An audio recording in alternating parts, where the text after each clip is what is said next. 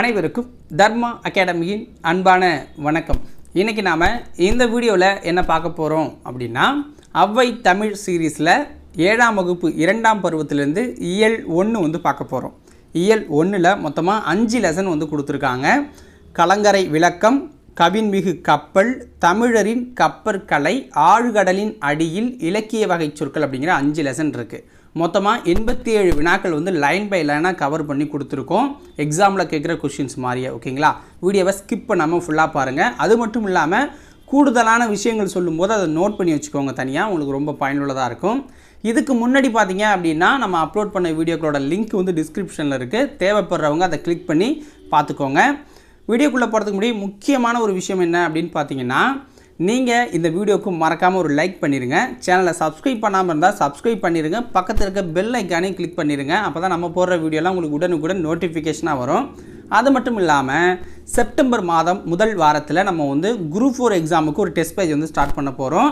அது மட்டும் இல்லாமல் பிசி எக்ஸாமுக்கும் ஒரு டெஸ்ட் பேஜ் ஸ்டார்ட் பண்ண போகிறோம். ஸோ டெஸ்ட் பேஜஸ் வேணும் அப்படிங்கிறவங்க நெக்ஸ்ட் வீக்கு கண்டிப்பாக எங்களை கான்டாக்ட் பண்ணி ஜாயின் பண்ணிக்கோங்க மக்களே. வாங்க இன்றைக்கி வீடியோக்குள்ளே போகலாம். ஸோ முதல் பாடம் என்ன அப்படின்னா, கலங்கரை விளக்கம் அப்படிங்கிறது தான் முதல் பாடம் வந்து கலங்கரை விளக்கம். ஸோ இதில் இருக்கிற அந்த செய்யுளை பார்த்துட்டு கொஷினுக்குள்ளே போயிடலாம். ஓகேங்களா? ஸோ ஃபஸ்ட்டு பாருங்கள், வானம் ஊன்றிய மதலை போல. வானம் ஊன்றிய மதலை போல அப்படின்னா, இந்த கலங்கரை விளக்கம் அப்படிங்கிறது அந்த கடற்கரையில் வந்து பார்த்தீங்க அப்படின்னா, வானம் கீழே விழுந்து விடாமல் தாங்கி கொண்டிருக்கும் தூண் போல தோற்றி அடிக்குது அப்படிங்கிறாங்க. ஏணி சாத்திய ஏற்றருஞ்சென்னி விண்புற நிவந்த வேயா மாடத்து இரவில் மாட்டிய இளங்கு சுடர் நெகிழி உறவு நீர் அழுவத்து ஓடுகளம் கரையும் துறை அப்படிங்கிறாங்க. அதாவது என்ன அப்படின்னா, அந்த கலங்கரை விளக்கமானது வானம் கீழே விழாமல் தாங்கிட்டு இருக்கிறது மாதிரி ஒரு தோற்றமளிக்குது. ஏணியை வச்சு ஏற முடியாத உயரத்தை வந்து அது கொண்டிருக்குது. அது வந்து ஒரு வேயப்படாமல், அதாவது ஒரு வீடுனா இப்போ நம்ம கூரை வேஞ்சிருப்போம், கூரை வந்து அதில் போட்டிருப்போம்ல. ஸோ அது மாதிரி கூரை இல்லாமல் சாந்து பூசப்பட்ட விண்ணை முட்டும் மாடத்தை அது உடையது. ஒரு ஏன்னா கல்லால் தான் கட்டியிருப்பாங்க. ஓகேங்களா? அந்த மாடத்தில் இரவில் வெளிச்சம் எரியும். ஏன்னா கலங்கரை விளக்கம் வந்து கப்பல்கள்லாம் வந்து சேர்கிறதுக்காக எரியுது. ஓகேங்களா? ஸோ அப்படி எரியிற அந்த விளக்கு வந்து பார்த்திங்கன்னா, ஸோ கடலில் துறைமுகம் அறியாமல் கலங்கும் மரக்கலங்களை தன்னை நோக்கி அழைக்கிற மாதிரி இருக்குது அப்படின்னு சொல்லியிருக்காங்க. ஓகேங்களா? ஸோ இதுதான் அதனுடைய விளக்கம். இந்த பாட்டை யார் எழுதியிருக்காங்க அப்படின்னா, கடியலூர் உருந்திரங்கண்ணனார் அப்படிங்கிறவர் தான். கடியலூர் உருந்திரங்கண்ணனார் அப்படிங்கிறவர் தான். ஸோ இப்போ வினாக்களுக்குள்ளே போயிடலாம். பொறுத்துக,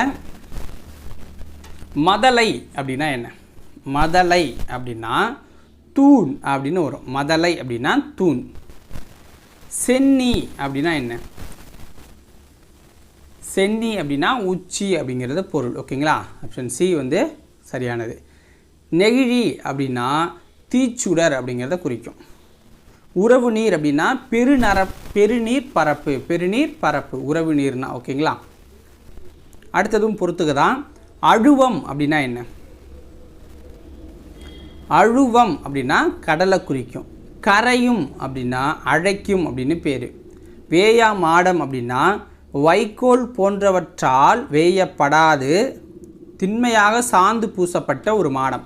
வைக்கோலால் வேயப்படாதது, சாந்து பூசப்பட்டது அப்படிங்கிறது தான் அதோட பொருள். ஓகேங்களா? அதாவது அந்த கலைஞரை விளக்கம் அப்படிங்கிறது.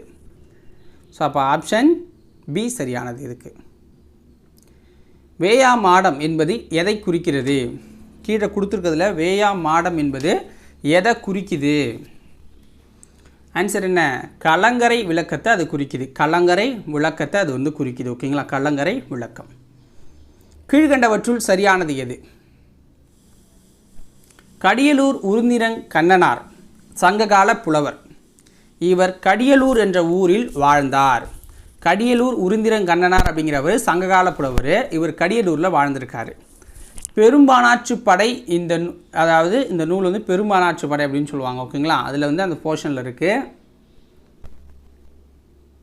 இந்நூலின் 346 முதல் 351 வரை உள்ள அடிகள் நமக்கு பாடப்பகுதியாக தரப்பட்டிருக்கு. ஓகேங்களா? ஸோ இப்போ நம்ம பார்த்த பாட்டு வந்து பெரும்பானாற்று படையில் 346 முதல் 351 வரை உள்ள அடிகள் தான் நமக்கு கொடுத்துருக்காங்க.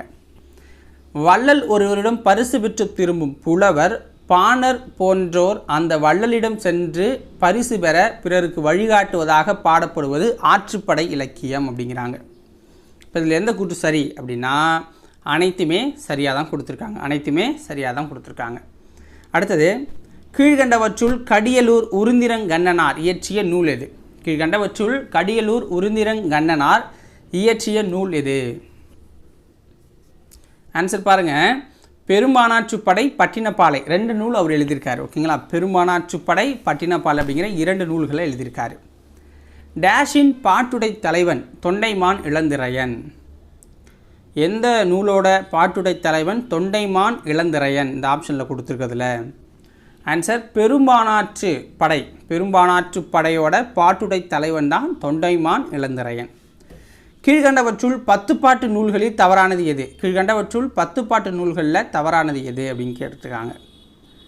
ஆன்சர் என்ன அப்படின்னா பதிற்று 10 அப்படிங்கிறது 10 பாட்டு நூல்களில் வராது. ஓகேங்களா? பதிற்று 10 அப்படிங்கிறது வராது. ஸோ மீதி எல்லா நூல்களுமே 10 பாட்டு நூல்கள் தான். திருமுருகாற்றுப்படை, பெருநாராற்றுப்படை, பெரும் பானாற்றுப்படை அப்படிங்கிற நூல்கள்லாம் 10 பாட்டு நூல்கள். ஓகேங்களா?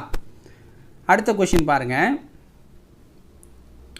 கீழ்கண்டவற்றுள் 10 பாட்டு நூல் எது? கீழ்கண்டவற்றுள் 10 பாட்டு நூல் எது?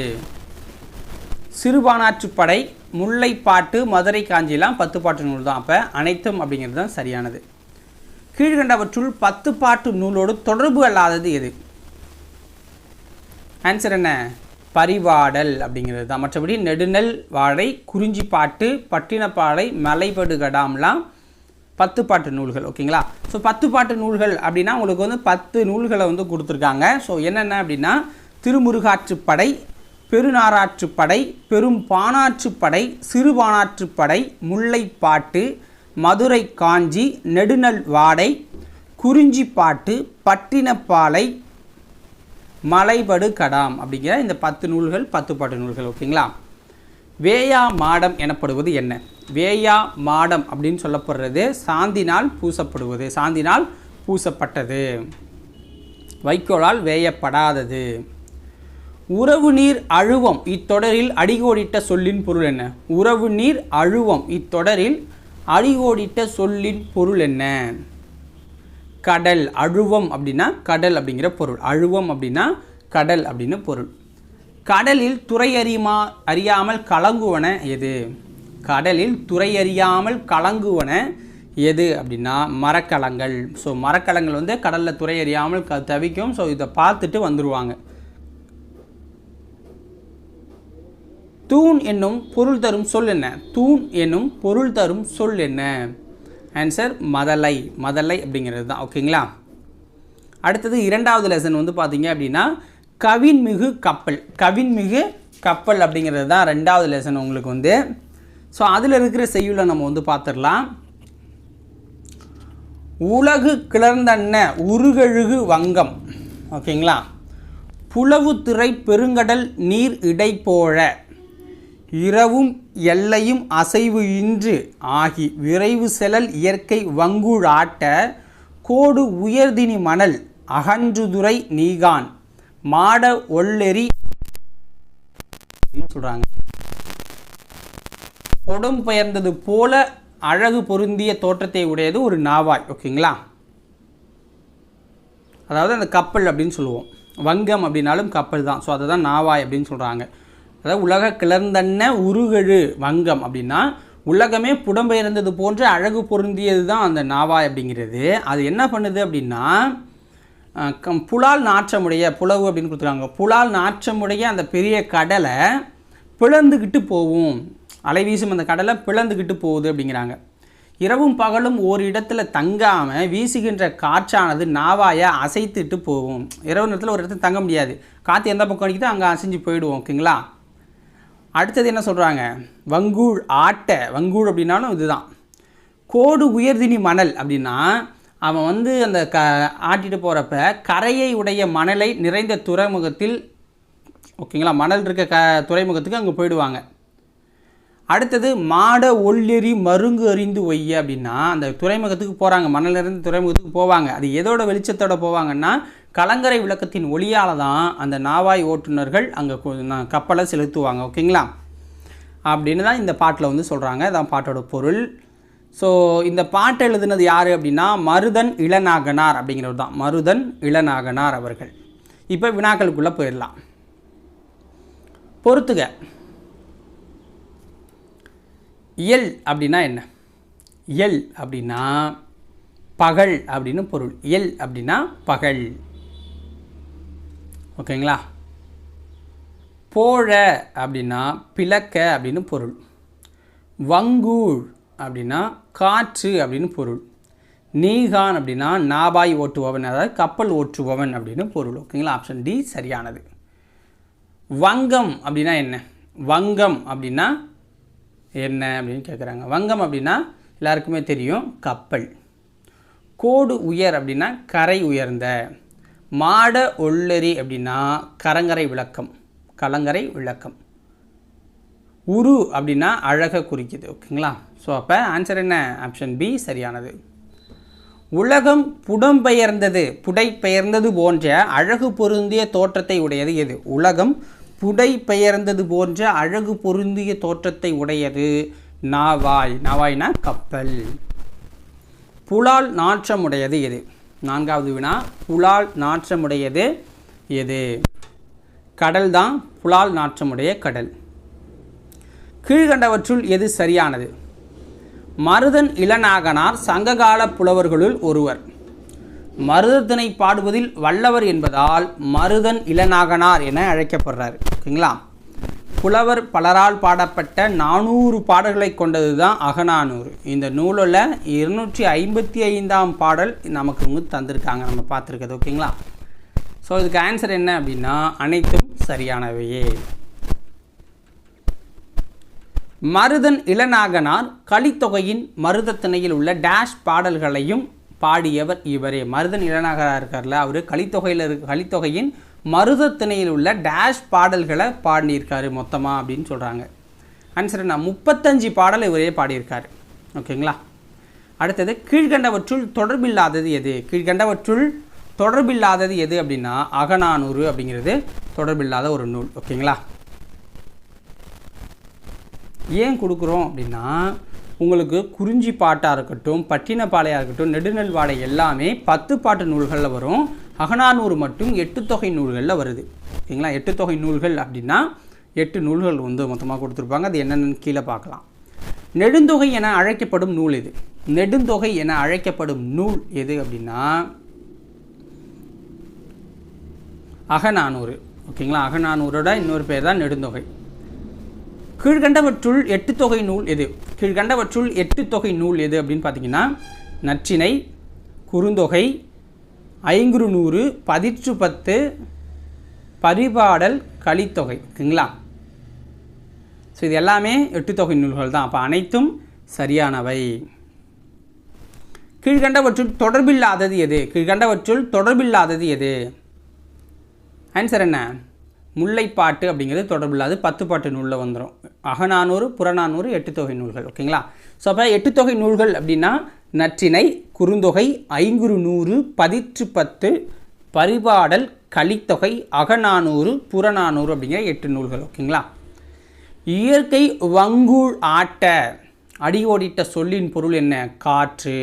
இயற்கை வங்கூழ் ஆட்ட அப்படின்னா வங்கூழ் அப்படின்னா இந்த இடத்துல காற்றை குறிக்குது. மக்கள் டேஷ் ஏறி வெளிநாடுகளுக்கு சென்றனர். ஆன்சர் என்ன? வங்கத்தில் ஏறி. வங்கம்னா கப்பல். மக்கள் டேஷில் ஏறி வெளிநாடுகளுக்கு போனாங்க. புலால் நாற்றமுடையதாக அகநானூறு கூறுவது எதை? புலால் நாற்றமுடையதா அகநானூறு கடலை தான் சொல்லுது. ஓகேங்களா? பெருங்கடல் என்னும் சொல்லை பிரித்து எழுதுக. பெருங்கடல் அப்படின்னா என்ன வருது அப்படின்னா பெருமை ப்ளஸ் கடல். இன்று கூட்டல் ஆகி என்பதனை சேர்த்து எழுத கிடைக்கும் சொல்லுவேன். இன்று ப்ளஸ் ஆகி அப்படிங்கிறத சேர்த்து எழுதணும் அப்படின்னா இன்றாகி அப்படின்னு வரும். இன்றாகி. ஓகேங்களா? எதுகை இடம் பெறாத இணை எது? கீழே கொடுத்துருக்கிறதுல எதுகை இல்லாத ஒரு இணை அப்படின்னா என்ன? ஆன்சர் பாருங்கள். இரவு இயற்கை. இரவு இயற்கை. ஓகேங்களா? ஸோ எதுகைனா ரெண்டாவது சொல் வந்து ஒன்றா இருக்கும். ஓகேங்களா? ஸோ உலகு, புலவு, வங்கம், சங்கம், அசைவு இசைவு 2வது எழுத்து ஒன்றா வந்துச்சா. ஸோ அப்போ அது வந்து எதுகையில் வந்துடுது. எதுகை இல்லாமல் மோனை வந்து பார்த்திங்க அப்படின்னா இரவு இயற்கை முதல் எழுத்து ஒன்றா இருக்கிறது. ஓகேங்களா. ஸோ அடுத்தது பொறுத்துக. வங்கம் அப்படின்னா என்ன? அது வந்து கப்பலை குறிக்குது. வங்கம் அப்படின்னா கப்பலை குறிக்குது. நீகான் அப்படின்னா நாவாய் ஓட்டுபவன், அதாவது கப்பல் ஓட்டுபவன் தான் நீகான். ஓகேங்களா. எல் அப்படின்னா என்ன? எல் அப்படின்னா பகலை குறிக்குது. மாட ஒள்ளரி அப்படின்னா கலங்கரை விளக்கத்தை குறிக்குது. கலங்கரை விளக்கத்தை குறிக்குது. அப்போ ஆப்ஷன் பி சரியானது. அடுத்தது தமிழரின் கப்பற்கலை. தமிழரோட கப்பற்கலையை நம்ம பார்க்க போகிறோம். நமக்கு கிடைத்துள்ள ஓகேங்களா நூல்களிலேயே மிகவும் பழமையானது எது? நமக்கு கிடைச்சிருக்கிற நூல்களிலேயே மிகவும் ஒரு பழமையான நூல்கள் அப்படின்னா எது அப்படின்னா தொல்காப்பியம். தொல்காப்பியம் தான் மிகவும் பழமையான ஒரு நூல் அப்படின்னு சொல்கிறாங்க. கீழ்கண்ட எந்த நூலில் முன்னீர் வழக்கம் என்று கடற்பயணத்தை குறிப்பிடுகிறது? ஸோ கீழ்கண்ட எந்த நூலில் முன்னீர் வழக்கம் அப்படின்னு கடற்பயணத்தை குறிப்பிடுறாங்க? ஆன்சர் தொல்காப்பியத்தில். கடலோடா கால்வல் நெடுந்தேர் கடலோடும் நாவாயும் ஓடா நிலத்து என்னும் வரிகள் இடம்பெற்றுள்ள நூல் எது? கடலோடா கால்வல் நெடுந்தோர் கடலோடும் நாவாயும் ஓடா நிலத்து என்னும் வரிகள் இடம்பெற்றுள்ள நூல் எது அப்படின்னு கேட்குறாங்க. ஸோ ஆன்சர் என்ன அப்படின்னு பார்த்தீங்கன்னா உங்களுக்கு வந்து திருக்குறள். ஸோ என்ன திருக்குறளில் சொல்கிறாங்க அப்படின்னா திருவள்ளுவர் வாழ்ந்த அந்த காலத்திலேயே பெரிய கப்பல்கள் இருந்திருக்கும். ஸோ அதை தான் அவர் வந்து இப்படி பாடியிருக்காரு அப்படின்னு சொல்கிறாங்க. பூம்புகார் துறைமுகத்திலிருந்து கப்பல்கள் மூலம் பொருள்கள் ஏற்றுமதியும் இறக்குமதியும் செய்யப்பட்டன என்பதை பற்றி கூறும் நூல் எது? பூம்புகார் துறைமுகத்திலிருந்து கப்பல்கள் மூலம் பொருள்கள் ஏற்றுமதியும் இறக்குமதியும் செய்யப்பட்டன என்பதை பற்றி கூறும் நூல் எது அப்படின்னா பட்டினப்பாலை. உலகு கிளர்ந்தன்ன உருகழு வங்கம். ஸோ இப்போ தான் நம்ம இந்த லெசனில் பார்த்தோம், போன லெசனில். ஓகேங்களா. உலகு கிளர்ந்தன்ன உருகழு வங்கம் அப்படின்னா இந்த வரிகள் இடம்பெற்றிருக்க நூல் என்ன அப்படின்னு பார்த்தீங்கன்னா அகநானூறு. ஓகேங்களா. போன லெசனில் படித்தோம். அருங்கலம் தரியர் நீர்மிசை நிவக்கும் பெருங்கலி வங்கம் என்ற வரிகள் இடம்பெற்றுள்ள நூல் என்ன? அருங்கலம் தரியர் நீர்மிசை நிவக்கும் பெருங்கலி வங்கம் என்ற வரிகள் இடம்பெற்றுள்ள நூல் வந்து பதிற்று 10. ஸோ அதாவது பெரிய கப்பல்கள் அப்படிங்கிற மாதிரி சொல்கிறாங்க. ஓகேங்களா. டேஷ் என்னும் நிகண்டு நூலில் பல வகையான கப்பல்களின் பெயர்கள் குறிப்பிடப்பட்டுள்ளன. அதாவது ஒரு பேரில் இருக்கிற அது டேஷ் என்னும் நிகண்டு நூலில் பல வகையான கப்பல்களின் பெயர்கள் குறிப்பிடப்பட்டிருக்கு அப்படின்னா சேந்தன் திவாகரன் அப்படிங்கிற நிகண்டு நூலில் சொல்லியிருக்காங்க. ஸோ இதன் மூலம் நமக்கு என்ன தெரியுதுன்னா தமிழர்கள் கப்பல் கட்டுறதில் சிறந்திருந்திருக்காங்க. கீழ்கண்டவற்றுள் தொடர்பில்லாதது எது?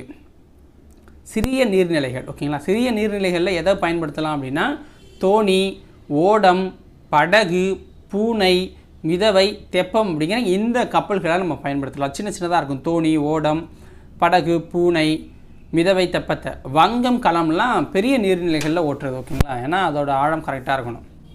கீழ்கண்டவற்றில் தொடர்பில்லாதது எது? கடல் பயணத்துக்கு பார்த்தீங்க அப்படின்னா களம் வந்து பயன்படுத்துவோம், வங்கத்தை பயன்படுத்துவோம், நாவாயை பயன்படுத்துவோம். ஸோ தோணி அப்படிங்கிறது தேவையில்லாத ஒன்று. அது ஏன்னா சிறிய நீர்நிலையில் ஓட்டுறது. ஓகேங்களா. மரத்தை குடஞ்சி யூஸ் பண்ணுறது.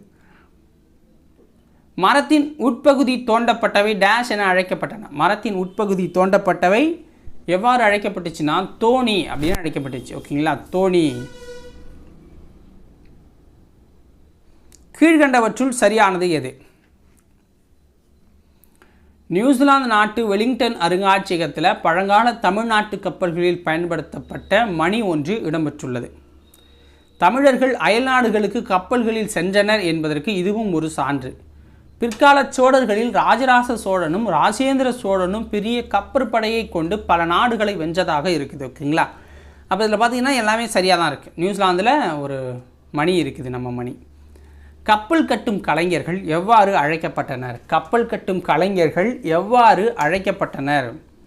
ஆன்சர் பாருங்கள். கம்மியர் அப்படின்னு அழைக்கப்பட்டாங்க. கம்மியர் அப்படின்னு அழைக்கப்பட்டாங்க. களஞ்சை கம்மியர் வருகன கூயி என்னும் வரிகள் இடம்பெற்றுள்ள நூல் என்ன? களஞ்சை கம்மியர் வருகன கூயி என்னும் வரிகள் இடம்பெற்றுள்ள நூல் வந்து மணிமேகலை. மணிமேகலையில் 25வது காதையில் 124வது அடியாக இருக்குது. கீழ்கண்ட கூற்றுகளில் சரியானது எது? கப்பல்கள் தண்ணீரிலேயே இருப்பவை என்பதால் தண்ணீரால் பாதிப்பு அடையாத மரங்களையே கப்பல் கட்ட பயன்படுத்தினாங்க. நீர்மட்ட வைப்பிற்கு வேம்பு, இலுப்பை, புன்னை, நாவல் போன்ற மரங்களை பயன்படுத்துகிறாங்க. அதாவது நீர்மட்ட வைப்பிற்காக. பக்கங்களுக்கு தேக்கு, வெண்தேக்கு போன்றவை பயன்படுத்தியிருக்காங்க. ஓகேங்களா? கீழே இருக்கிறதுலாம் வேம்பு, இலுப்பை, புன்னை, நாவல் போன்றது. பக்கவாட்டுக்கு தேக்கு, வெண்தேக்கை பயன்படுத்தியிருக்காங்க. மரத்தின் வெட்டப்பட்டிய பகுதியை வெட்டுவாய் அப்படின்னு சொல்கிறாங்க. மரத்தோட வெட்டப்பட்ட பகுதியை வெட்டுவாய் அப்படின்னு சொல்கிறாங்க. அதன் நிறத்தை கொண்டு மரத்தின் தன்மையை அறிவர். ஓகேங்களா? வெட்டினதுக்கப்புறம் அதன் நிறத்தை பார்த்தே அதோட தன்மையை சொல்லுவாங்க. கண்ணடை, இது முக்கியமானது, நோட் பண்ணிக்கோங்க. கண்ணடை என்பது இழைத்த மரத்தில் காணப்படும் உருவம். கண்ணடை என்பது இழைத்த மரத்தில் காணப்படும் உருவம். மேலும் சுழி உள்ள மரங்களை பயன்படுத்த மாட்டாங்க. நீளம், அகலம், உயரம் ஆகியவற்றை சரியான முறையில் கணக்கிட்டு கப்பல்களை உருவாக்குறாங்க. இவற்றை தச்சு முழம் அப்படின்னும் நீட்டளவையால் கணக்கிடுறாங்க. தச்சு முழம் அப்படிங்கிறத பயன்படுத்துகிறாங்க அளவைக்கு. பெரிய படகுகளில் முன்பக்கத்தை யானை, குதிரை, அன்னம் முதலியவற்றின் தலையை போன்று வடிவமைப்பதும் உண்டு. கரிமுக அம்பி, பரிமுக அம்பி என்றெல்லாம் இதை அழைக்கிறாங்க. கரிமுக அம்பி, பரிமுக அம்பிலாம் இதை சொல்லிகிட்டு இருக்காங்க அந்த பேரை. ஓகேங்களா? ஸோ அப்போ பார்த்தீங்க அப்படின்னா அனைத்தும் சரியானது தான். கீழ்கண்ட கூற்றுகளை கவனி. மரங்களையும் பலகைகளையும் ஒன்றோடு ஒன்று இணைக்கும் போது அவற்றுக்கு இடையே தேங்காய் நார், பஞ்சு ஆகியவற்றில் ஒன்றை வைத்து நன்றாக இறுக்கி ஆணிகளை அரைந்தனர். சுண்ணாம்பையும் சணலையும் கலந்து அரைத்து அதில் எண்ணெய் கலந்து கப்பலின் அடிப்பகுதியில் பூசினாங்க. இதனால் கப்பல்கள் பழுதடையாமல் நெடுங்காலம் உழைத்தன. இம்முறையை இத்தாலி நாட்டை சேர்ந்த மார்கோபோலோ என்னும் கடற்பணி வியந்து பாராட்டியிருக்காரு. இரும்பு ஆணிகள் துருப்பிடித்து விடும் என்பதால் மரத்திலான ஆணியையே இதில் பயன்படுத்தியிருக்காதா சொல்கிறாங்க. இந்த ஆணிகளை தொகுதி அப்படின்னு அழைச்சிருக்காங்க அந்த காலத்தில். ஸோ அப்போ என்ன, அனைத்து கூற்றும் சரிதான். ஆங்கிலேயர் கட்டிய கப்பல்களை 12 ஆண்டுகளுக்கு ஒரு முறை பழுது பார்க்கணும். ஆனால் தமிழர்கள் கட்டிய கப்பலை 50 ஆண்டுகள் ஆனாலும் பழுது பார்க்க வேண்டிய அவசியம் இல்லை அப்படின்னு சொன்னவர் யார்? ஆங்கிலேயர் கட்டிய கப்பல்களை 12 வருஷத்துக்கு ஒரு தடவை பழுது பார்க்கணும். ஆனால் தமிழர்கள் கட்டிய கப்பலை 50 வருஷம் ஆனாலும் பழுது பார்க்க தேவையில்லை, அவ்வளோ பவர்ஃபுல்லாக இருக்குது அப்படின்னு சொன்னவர் யாருன்னா வாக்கர் அப்படிங்கிற ஒரு அறிஞர் தான். வாக்கர் அப்படிங்கிற ஒரு அறிஞர். கீழ்கண்ட கூற்றுகளில் எது சரியானது? காற்றின் உதவியால் செலுத்தப்படும் கப்பல்கள் பாய்மர கப்பல்கள் அப்படின்னு சொல்லப்படுது. ஸோ அதில் பெரிய பாய்மரம், திருக்கைத்தி பாய்மரம், காணா பாய்மரம், கோசு பாய்மரம் போன்ற பல வகையான பாய்மரங்களை தமிழர்கள் பயன்படுத்துகிறாங்க. பெரிய பாய்மரம், திருக்கைத்தி பாய்மரம், காணா பாய்மரம், கோசு பாய்மரம் அப்படிங்கிற 4 பயன்படுத்தியிருக்காங்க.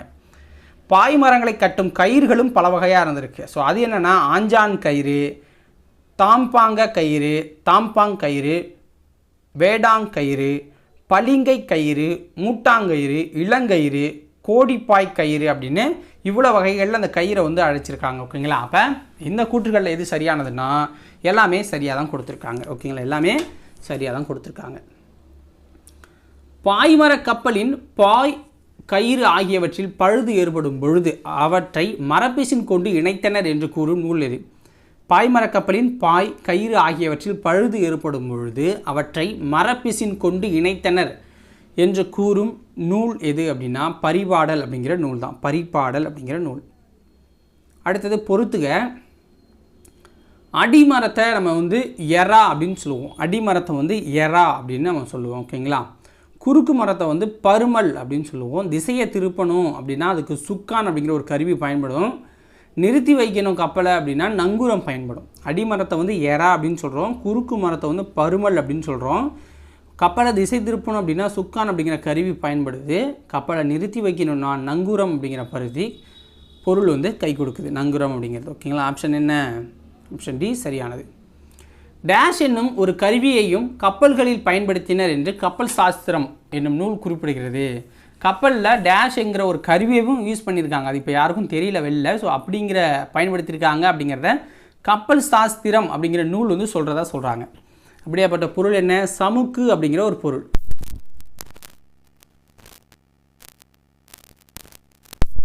கப்பல் செலுத்துபவர் கீழ்கண்ட எவ்வாறு அழைக்கப்பட்டார்? கப்பல் செலுத்துபவர் கீழ்கண்ட எவ்வாறு அழைக்கப்பட்டார்?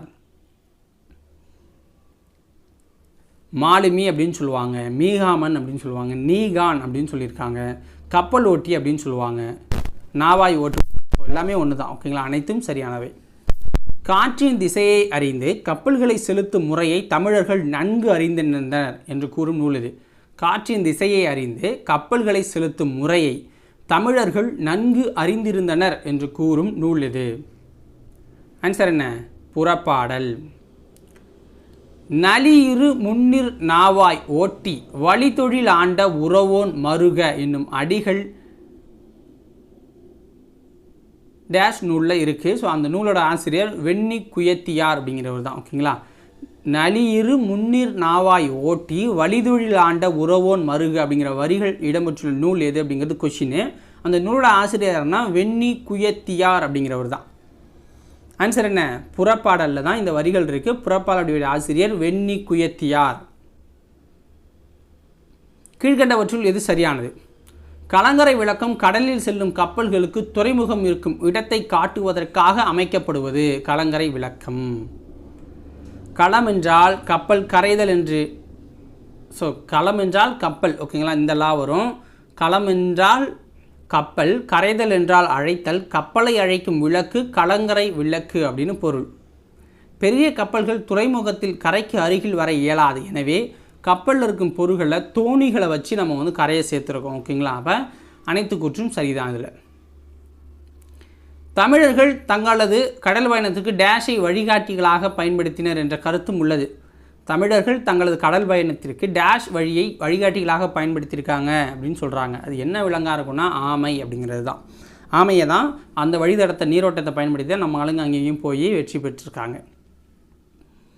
களம் தந்த பொற்பரிசம் கழித்தோணியால் கரை சேர்குந்து என்ற வரிகள் இடம்பெற்றுள்ள நூல் இது. களம் தந்த பொற்பரிசம் கழிதோணியால் கரை சேர்குந்து என்ற வரிகள் இடம்பெற்றுள்ள நூல் புறநானூறு அப்படிங்கிற நூல். புறநானூறு. தமிழர்கள் சிறிய நீர்நிலைகளை கடக்க பயன்படுத்தியது என்ன? தமிழர்கள் சிறிய நீர்நிலைகளை கடக்க பயன்படுத்தினது ஓடம் அப்படிங்கிற பொருள். ஓகேங்களா, ஓடம் அப்படிங்கிற அந்த கப்பல், அதுவும் ஒரு கப்பல் மாதிரின்னு வச்சுக்கோங்களேன், தோணி அதெல்லாம் சொல்லுவாங்களா, அந்த சின்ன ஐட்டத்தில் வந்துடும் இது ஓடம் அப்படிங்கிறது. தொல்காப்பியம் கடற்பயணத்தை டேஷ் வழக்கம் என்று கூறுகிறது. தொல்காப்பியம் கடற்பயணத்தை கப்பலை உரிய திசையில் திருப்புவதற்கு பயன்படும் கருவி என்ன? கப்பலை உரிய திசையில் திருப்புவதற்கு பயன்படும் கருவி சுக்கான் அப்படிங்கிறது தான். சுக்கான். கப்பல் கட்டுவதற்கு பயன்படும் மர ஆணிகள் டேஷ் என அழைக்கப்படும். கப்பல் கட்டுவதற்கு பயன்படும் மர ஆணிகள் டேஷ் என அழைக்கப்படும். தொகுதி அப்படின்னு சொல்லியிருக்காங்க. அந்த காலத்தில் தொகுதி. ஓகேங்களா, ஸோ இரும்பு ஆணி அடித்தா இருத்து போகும்னு மர ஆணி அடிப்பாங்க. அந்த மர ஆணிகள் தொகுதி அப்படின்னு அழைக்கப்படுது. கப்பலை ஓரிடத்தில் நிலையாக நிற்க உதவுவது நங்கூரம். நங்கூரம். இடைத்த மரத்தில் காணப்படும் உருவங்கள் கண்ணடை அப்படின்னு சொல்லப்படுது. கண்ணடை. ஓகேங்களா, கண்ணடை அப்படின்னு சொல்லப்படுது. இழைத்த மரத்தில் காணப்படும் உருவங்கள் கண்ணடை அப்படின்னு சொல்லப்படுது. அடுத்தது பொறுத்துக. எரா அப்படின்னா அடிமரம், பருமல்னா குறுக்கு மரம், மீகாமன்னா கப்பலை ஓட்டுறவர், காந்த ஊசி திசை காட்டும் கருவி. ஓகேங்களா, ஸோ அந்த காலத்தில் பயன்படுத்தினது சமுக்கு அப்படிங்கிற ஒன்று பயன்படுத்தியிருக்கலாம் அப்படின்னு சொல்கிறாங்க. காந்த ஊசினா திசை காட்டும் கருவி, மீகாமன்னா கப்பலை ஓட்டுறவர், பருமல்னா குறுக்கு மரம், எரான்னா அடிமரம். ஓகேங்களா. அடுத்தது 4வது பாடம் ஆழ்கடலின் அடியில். ஆழ்கடலின் அடியில். ஓகேங்களா, இங்கே 2 கொஷின் தான் இது, ஏன்னா கதை பகுதி இது. கடலின் நீர்மட்டம் கீழ்கண்ட எந்த நாளில் உயரும்? கடலின் நீர்மட்டம் எந்த நாளில் உயரும் அப்படின்னா பௌர்ணமி நாளில் கடலோட நீர்மட்டம் உயரும். கீழ்கண்ட அறிவியல் புனைக்கதைகளின் தலைமகன் என புகழப்படுபவர் ஜூல்ஸ் வெர்ன் அப்படிங்கிறவர். அறிவியல் புனைக்கதைகளின் தலைமகன் என்று புகழப்படுபவர் ஜூல்ஸ் வெர்ன் அப்படிங்கிறவர் தான். இவர் பிரான்ஸ் நாட்டை சேர்ந்தவர். அறிவியல் கண்டுபிடிப்புகள் பல கண்டுபிடிப்பதற்கு முன்பே அவற்றை பற்றி தமது புனிதங்களில் சொல்லியிருக்காரு. அதாவது அறிவியல் கண்டுபிடிப்புகள் பல கண்டுபிடிப்பதற்கு முன்பே அவருடைய கதைகளில் இது வந்திருக்கு. 80 நாளில் உலகை சுற்றி, பூமியின் மையத்தை நோக்கி ஒரு பயணம் உள்ளிட்ட பல புதினங்களை படைச்சிருக்காரு. அவர் எழுதிய ஆழ்கடலின் அடியில் என்னும் புதினம் குறிப்பிடத்தக்க ஒன்று. அதை தான் ஓகேங்களா இந்த லெசனில் நம்ம பார்த்தோம். இந்த லெசனே அதான். ஓகேவா.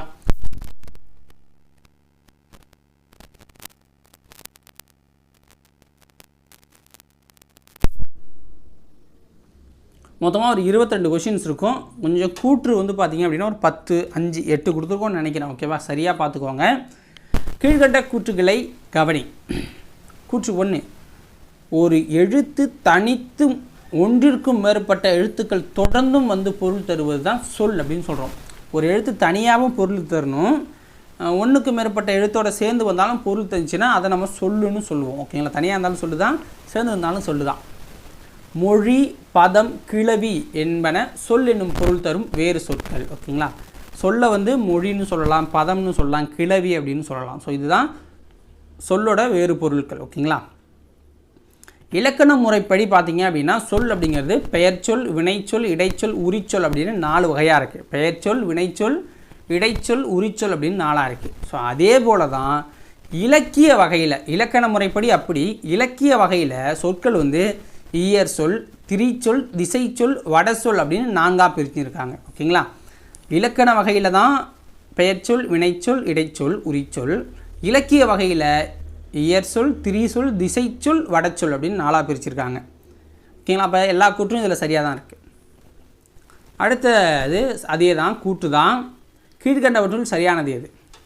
ஸோ இது வந்து பார்த்திங்கன்னா இயற்சொல் அப்படிங்கிறத பார்க்கணும். ஃபஸ்ட்டு இயற்சொல் தான் இருக்குது. ஓகேங்களா, கடல், கப்பல், எழுதினான், படித்தான் ஆகிய சொற்களை கவனியுங்கள். இவற்றின் பொருள் இயல்பாகவே எளிதில் விளங்குது. கடல், கப்பல், எழுதினான், படித்தான். ஸோ இது சிம்பிளாக நமக்கு ஈஸியாக புரிஞ்சு போகுது. ஓகேங்களா, அப்போ இது வந்து இயற் சொற்கள், அதாவது இவ்வாறு எளிதில் பொருள் விளங்கும் வகையில் அமைந்த சொற்கள் இயற் சொற்கள். ஓகேங்களா, இயற் சொல் அப்படிங்கிறது பெயர், வினை, இடை, உரி ஆகிய 4 வகையில் வரும் அப்படிங்கிறாங்க. இயற் சொல் அப்படிங்கிறது வினை, இடை, உரி, பெயர். ஸோ இந்த 4 வகையில் வரும். கடல் அப்படின்னா ஒரு பேர், கப்பல் அப்படின்னா ஒரு பேர், எழுதினான் அப்படிங்கிறது ஒரு வினை, படித்தான்ங்கிறது ஒரு வினை. புரியுதுங்களா சொல்கிறது? ஸோ இப்படி வந்துடும் அப்படின்னு சொல்கிறாங்க. அப்போ இதுவும் அனைத்தும் சரியானது தான். மண், பொன் என்பது டேஷ் அப்படிங்கிறாங்க. மண், பொன் அப்படின்னா அது பெயர் இடைச்சொல். புரியுதுங்களா, பெயர் இயற்சொல். ஓகேங்களா, மண், பொன் அப்படிங்கிற ஒரு பெயரை தானே குறிக்குது. ஸோ அப்போ வந்து அது பெயர் இடைச்சொல். நடந்தான், வந்தான் அப்படிங்கிறது என்னென்னா, நடந்தான், வந்தான் அப்படின்னா அது ஒரு வினையை குறிக்கும். அப்போ வினை இயற் சொல். ஓகேங்களா, வந்தான், நடந்தான், போனான் அப்படின்னா வினை இயற் சொல். அவனை, அவனால், அவனை, அவனால். ஸோ அப்படின்னா இது இடையில சொல்கிறது. ஏன்னா இது வந்து ஒரு பொருளை கொடுக்காது, முடிவுக்கு வராது. அவனை கொள்வேன், அவனால் தான் நடந்துச்சு அப்படின்னு சொல்லுவாங்க. அப்போ இது வந்து ஒரு பொருளை முழுமையாக்காது. அப்போ இடையில் இருக்கிற இயற் சொல் இது, இடையில் இருக்கிற இயற் சொல். அடுத்து பாருங்கள், மாநகர் அப்படின்னா என்ன? உரிச்சொல். ஒரு பெருமைப்படுத்தி சொல்கிறது, பெருசாக சொல்கிறது. ஓகேங்களா, அதற்கு பேர் தான் உரிச்சொல் அப்படின்னு சொல்லுவோம். உரிச்சொற்றொடர் அப்படின்லாம் நம்ம கேள்விப்பட்டிருப்போம். ஸோ ஒரு பொருளை பெருசாக சொல்கிறது. ஓகேங்களா, கீழ்கண்டவற்றுள் சரியானது எது? வங்கூழ், அழுவம், சாற்றினான், உருபயன் ஆகிய சொற்களை கவனியுங்கள். 4 சொற்களை பாருங்கள். வங்கூழ் அப்படின்னா என்ன? நம்ம காற்றுன்னு படிச்சிருக்கோம் அந்த போன லெசனில். அழுவம்னா என்ன? அதை கடல் அப்படின்னு படிச்சிருக்கோம். ஓகேங்களா,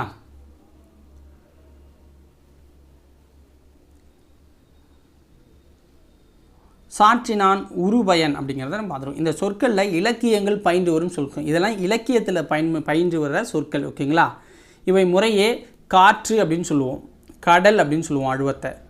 சாற்றினான் அப்படின்னா சொன்னான் அப்படின்னு, உருபயன்னா மிகுந்த பயன் அப்படிங்கிறத பொருள் தரும். புரியுதுங்களா? இவ்வாறு கற்றோருக்கு மட்டுமே விளங்குவதா, இலக்கியங்களை மட்டுமே பயின்று வந்தால் அவை தான் திரி சொற்கள். புரியுங்களா? நமக்கு தெரியாது, நம்ம இப்போ பயன்படுத்தியிருக்க சொல் கிடையாது, ஆனால் இலக்கியத்தில் மட்டும் இருக்கும், நமக்கு புரியாது. வங்கூழ், அழுவம், ஸோ நாவாயிலான்னு சொல்கிறதெல்லாம் இலக்கிய சொற்களாக இருக்குது. ஓகேங்களா, ஸோ அதை தான் திரி சொற்கள். திரிஞ்சு போய் நமக்கு இப்போ வந்து வேறு சொற்களாக இருக்குது. காற்று, கடல், சொன்னா, மிகுந்த பயன் அப்படின்னு இருக்குது. ஓகேங்களா, அதான் திரிச்சொல்.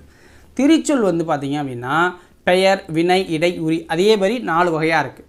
அது என்னென்னு கீழே பார்க்கலாம். அப்போ அனைத்தும் சரி. இதில் அழுவம், வங்கம் அப்படின்னா என்ன?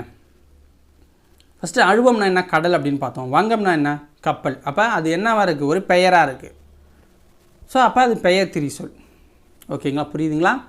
அடுத்தது இயல்பினான், இயம்பினான், பயின்றாள். இது வந்து வினை திரிச்சொல். திரிச்சொல் இயம்பினான் அப்படின்னு சொல்கிறாங்க. பயின்றாள், ஸோ ஸோ இந்த சொற்கள் இப்போ நம்ம வந்து பயன்படுத்துறதில்ல. ஸோ வினை திரிச்சொல். அன்ன மான அப்படிங்கிறதுனா இடை திரிச்சொல். ஏன்னா அண்ணன், ஸோ இது எதுக்கு சொல்கிறாங்கன்னு நமக்கே தெரியல. ஸோ அண்ணன் அப்படின்னா ஒரு உணவுக்காக சொல்லியிருக்கலாம், எதுக்கோ சொல்லியிருக்கலாம். ஓகேங்களா. மான அப்படிங்கிற வார்த்தைகள்லாம் இடையில் வர்றது. ஓகேங்களா. கூர்கழி என்பது என்ன? கூர்கழி அப்படின்னா அது வந்து உரி திரிச்சொல். உரி திரிச்சொல் கூர்கழி. ஓகேங்களா. ஸோ இதற்கு விளக்கம் தெரிஞ்சிச்சு அப்படின்னா நீங்கள் வந்து கமெண்ட்டில் சொல்லுங்கள். ஓகேவா. தெரியலை அப்படின்னாலும் கமெண்ட்டில் சொல்லுங்கள், நான் எக்ஸ்பிளைன் பண்ணுறேன். அடுத்த வினா என்ன? கீழ்கண்டவற்றுள் சரியானது எது?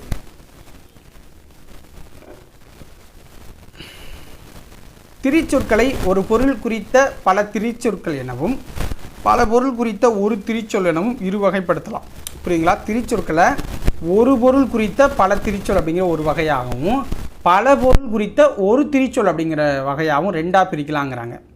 அதில் வங்கம், அம்பி, நாவாய் என்பன கப்பல் என்னும் ஒரே பொருளை தருது. ஓகேங்களா. கப்பல் அப்படிங்கிற ஒரே பொருள் தான். அப்போ இது என்ன? ஒரு பொருள் குறித்த பல திரிச்சொல். ஒரு பொருளை சொல்லி தான் திரிச்சொல் பல இருக்குது. ஓகேங்களா. இதழ் என்னும் சொல்லின் சொல் பூவின் இதழ், உதடு, கன்னிமை, பனையேடு, நாளிதழ் ஆகிய பல பொருள்களை தருது. ஓகேங்களா. அப்போ இது பல பொருள் குறித்த ஒரு திரிச்சொல். இதழ் அப்படிங்கிறது ஒரே ஒரு திரிச்சொல் தான், பட் ஆனால் பல பொருளை தருது. ஓகேங்களா. அப்போ அடைத்து கூற்றும் சரியானது தான். கீழ்கண்டவற்றில் சரியானது எது? சாவி, சன்னல், பண்டிகை, ரயில் முதலிய சொற்கள் தமிழ் வழக்கில் இருந்தாலும் இவை தமிழ் சொற்கள் அல்ல. பிற மொழியில் இருந்து வந்த தமிழில் வழங்கி வருபவை. இதை தான் வந்து திசை சொற்கள் அப்படிங்கிறோம். வேறு இடத்துலேருந்து நமக்கு வந்திருக்கு. ஓகேங்களா. வேறு இடத்துலேருந்து நமக்கு வந்திருக்கு. சாவி, சன்னல், பண்டிகை, ரயில் எல்லாம் வேறு சொற்கள். இவ்வாறு வடமொழி தவிர பிற மொழிகளில் இருந்து வந்து தமிழில் இடம்பெறும் சொற்கள் தான் திசை சொற்கள். வடமொழியில் மட்டும் இல்லாமல் மற்ற மொழிகள்லேருந்து வந்தாலும் அது திசை சொற்கள் அப்படிங்கிறாங்க. முற்காலத்தில் பாண்டி நாட்டை தவிர தமிழ்நாட்டின் பிற பகுதிகளில் வழங்கிய கேணி, பெச்சம் போன்ற சொற்களையும் திசை சொற்கள் என்றே வழங்கினர் அப்படிங்கிறாங்க. அப்போ அனைத்தும் சரியானது தான்.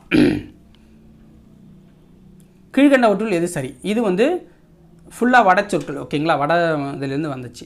வருடம், மாதம், கமலம், விடம், சக்கரம் முதலிய சொற்கள் தமிழில் வழக்கில் இருந்தாலும் இவை தமிழ் சொற்கள் கிடையாது. வடமொழி எனப்படும் சமஸ்கிருத சொற்கள் தான். சந்தோஷம், மன்னிப்பு, ஸோ இதெல்லாம் இவ்வாறு வடமொழியிலிருந்து வந்து தமிழில் இடம்பெறும் சொற்கள் வடச்சொற்கள் அப்படிங்கிறாங்க. வடச்சொற்களை தற்சமம், தற்பவம் அப்படின்னு ரெண்டு வகையாக பிரிக்கலாம். வடச்சொற்களை தற்சமம், தற்பவம் அப்படின்னு ரெண்டாக பிரிக்கலாம். கமலம், அலங்காரம் என வடமொழியில் இருப்பது போன்றே தமிழில் எழுதுவதை தற்சமம் என்பர். கமலம், அலங்காரம் அப்படின்னு வடமொழியில் இருப்பது போன்றே தமிழில் எழுதுகிறோன்னா அது தற்சமம். லக்ஷ்மி என்பதை லக்குமி அப்படின்னு நம்ம எழுதுகிறோம். விஷம் என்பதை விடம் என்று தமிழ் எழுத்துக்களால் மாற்றி எழுதுவதை தற்பவம் அப்படின்னு நம்ம குறிக்கிறோம். மாற்றி எழுதுனா தற்பவம், அப்படி எழுதினோம்னா தற்சமம். ஓகேங்களா. அப்போ இதில் இருக்க எல்லா குற்றும் சரிதான். எல்லாருக்கும் எளிதில் விளங்கும் சொல் என்ன? எல்லாருக்கும் எளிதில் பொருள் விளங்கும் சொல் என்ன? ஆன்சர் என்ன? இயற் சொல் அப்படின்னு சொல்லுவாங்க. இயற் சொல். எல்லாத்துக்கும் எளிதாக விளங்குதில்ல. பல பொருள் தரும் ஒரு சொல் என்ன? பல பொருள் தரும் ஒரு சொல் திரிச்சொல். ஓகேங்களா. திரி சொல். வடமொழி என்று அழைக்கப்படும் மொழி சமஸ்கிருதம். வடமொழி என்று அழைக்கப்படும் மொழி சமஸ்கிருதம். அடுத்தது பொறுத்துக. பெற்றம்னா உங்களுக்கு தெரியும், பசு. இயற்சொல்னா என்ன? இயற்சொல் அப்படின்னா சோறு. ஈஸியாக புரிஞ்சு போகும் நம்ம சொன்னால். திரிச்சொல்னா அழுவம் அப்படிங்கிறது. ஓகேங்களா. அழுவம் அப்படிங்கிறது ஏன்னா கப்பலை குறிக்குது. கப்பலை குறிக்கல, கடலை குறிக்குது. திசை சொல் அப்படின்னா என்ன? திசை சொல் அப்படின்னா பெச்சம் அப்படிங்கிறது. பெச்சம்னா பசு. இது வேறு எங்கேயாவது நம்ம கொண்டு வந்திருக்கோம். வட சொல்னா அப்படின்னா ரத்தம் அப்படிங்கிறது வட சொல். ரத்தம் அப்படிங்கிறது வட சொல். ஓகேங்களா. அடுத்தது அறிந்து கொள்வோம். இது வந்து போக போக ஒவ்வொரு லெசன்லேயும் நமக்கு வந்து கொடுக்க ஆரம்பிச்சிட்டாங்க. ஓகேங்களா. ஒரு டாபிக் புதுசாகவே கொடுக்குறாங்க உள்றக்க. அதாவது காலம் அப்படிங்கிறது 3 வகைப்படும் அப்படிங்கிறாங்க. இறந்த காலம், நிகழ்காலம், எதிர்காலம் அப்படின்னு 3 வகையாக இருக்கிறத சொல்கிறாங்க. நடந்த செயலை குறிக்கிறது இறந்த காலம், நடக்கின்ற செயலை குறிப்பது நிகழ்காலம், நடக்கவிருக்கும் செயலை குறித்தா அது எதிர்காலம்ங்கிறாங்க. ஸோ நேற்று நடந்தது இறந்த காலம், இன்றைக்கி நடந்துக்கிட்டு இருக்கிறது நிகழ்காலம், நாளைக்கு நடக்க போகிறது எதிர்காலம் அப்படிங்கிறது தான். பார்த்தான், ஆடினால், பறந்தது அப்படின்னா முடிஞ்சு போச்சு, அது செயல் முடிஞ்சு போனதை நம்ம பார்த்துட்டு சொல்கிறோம். பார்க்கிறான், ஆடுகின்றால், பறக்கின்றது, விளையாடிக்கிட்டு இருக்கான் அப்படின்னா அது நிகழ்காலம். ஸோ விளையாட போவான், அதை நாளைக்கு பார்க்க போவான், நாளைக்கு தான் ஆடுவான், நாளைக்கு தான் பறப்பான் அப்படிங்கிறது எதிர்காலம் அப்படின்னு சொல்கிறாங்க. ஓகேங்களா, அதுக்கு எக்ஸாம்பிள்ஸ் இது தான்.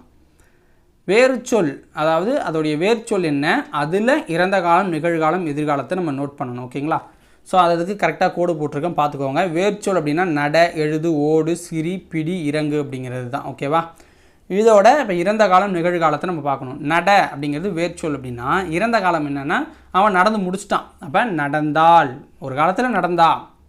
நிகழ்காலம்னா என்ன, நடக்கிறா. எதிர்காலம்னா நடப்பா அப்படிங்கிறது.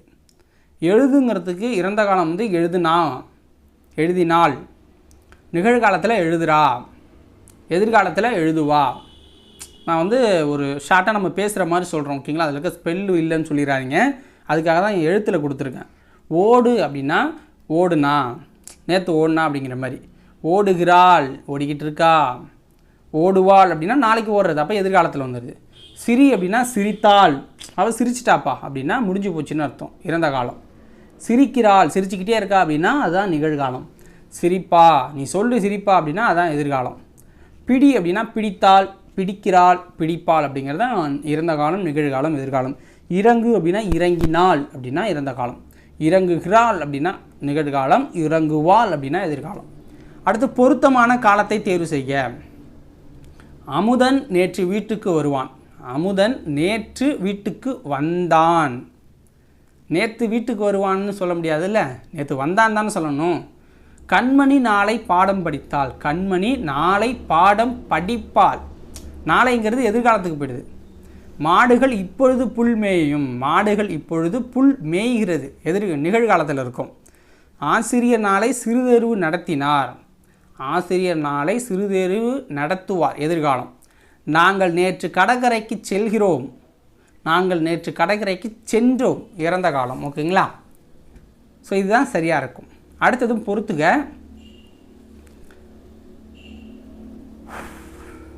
கலங்கரை விளக்கம் அப்படின்னா லைட் ஹவுஸ் அப்படின்னு சொல்லுவோம். கலங்கரை விளக்கம் அப்படின்னா லைட் ஹவுஸ். ஓகேங்களா, துறைமுகம் அப்படின்னா ஹார்பர், பெருங்கடல்னா ஓஷன், புயல் அப்படின்னா ஸ்டோம், கப்பல் தொழில்நுட்பம்னா மெரைன் டெக்னாலஜி. கலங்கரை விளக்கம்னா லைட் ஹவுஸு, துறைமுகம்னா ஹார்பரு, பெருங்கடல்னா ஓஷன், புயல்னா ஸ்டாமு, கப்பல் தொழில்நுட்பம் மெரைன் டெக்னாலஜி. ஓகேங்களா, ஆப்ஷன் ஏ சரியானது. அதே மாதிரி பொறுத்துக்க 22 பார்க்குறோம். மாலுமி அப்படின்னா செயலர், கடல்வாழ் உயிரினம்னா மெரைன் கிரியேச்சர், நங்கூரம்னா ஆங்கர், நீர்மூழ்கி கப்பல்னா சப்மரைன், கப்பல் தளம்னா ஷிப்யார்ட். ஓகேங்களா, ஷிப்யார்ட் அப்படிங்கிறத கப்பல் தளம். மாலுமினா செயலர், கடல்வாழ் உயிரினம்னா மெரைன் கிரியேச்சர், நங்கூரம்னா ஆங்கர், நீர்மூழ்கி கப்பல்னா சப்மரைன், கப்பல் தளம்னா ஷிப்யார்டு. ஓகேங்களா, ஆப்ஷன் ஏ சரியானது. இதோட 7ஆம் வகுப்பு 2ஆம் பருவத்தில் ஃபஸ்ட் இயரில் முடிச்சிட்டோம். நாளைக்கு செகண்ட் இயர் பார்த்துடலாம். ஓகேங்களா, ஸோ அதே மாதிரி டக்குன்னு ஒவ்வொரு ஸ்டாண்டர்டாக நம்ம முடிச்சுட்டு போயிட்டே இருக்கோம். உங்களுடைய சப்போர்ட்ஸ் தேவை அதிகமாக. நாளைக்கு வேறொரு வீடியோ பதிவில் உங்களை சந்திக்கிறேன். நன்றி, வணக்கம்.